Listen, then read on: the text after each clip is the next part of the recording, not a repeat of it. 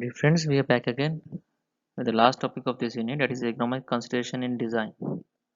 Now we have learned about the aesthetic. Aesthetic deals with the external appearance of a product, and ergonomics deals with the feasibility of human and machine of a product. We will understand this in details. It's an introductory part to you. Let's see. So what is economics now? Economics, in words, if you are going to define it, is a man-machine relationship and the application of anatomical, psychological, and psychological principle to solve the problem arising from man-machine relationship. I can give you a proper explanation here with this. You can see here.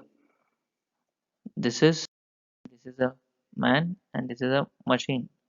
Okay, this is M and this is also M, man and machine. So this man and this machine makes a relationship here. So what is ergonoms means? It's a Greek word. So ergon means work plus natural law, or you can say the natural law of work. So this is the meaning of an ergonomics. That is natural laws of work. Now from design consideration, the topic of ergonomics studies are as follows. These are the some topics which we are going to study. That is anatomical factors in the design of driver seat. As we know that driver seat plays a very important role because a person has to drive with very cautiousness. So the driving angle, you can say mostly it is 45-degree. It is give a most comfort part. A layout of an instrument dials and display.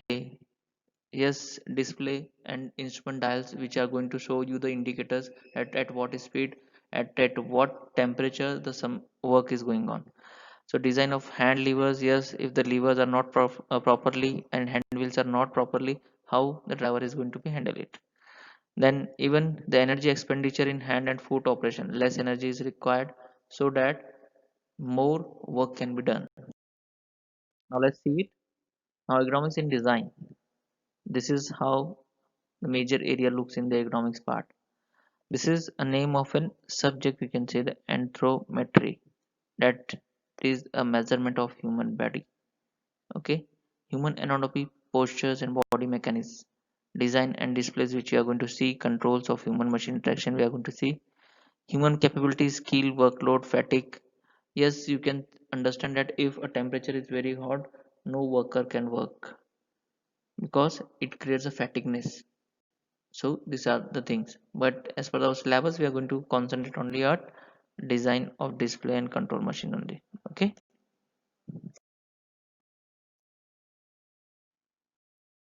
sorry.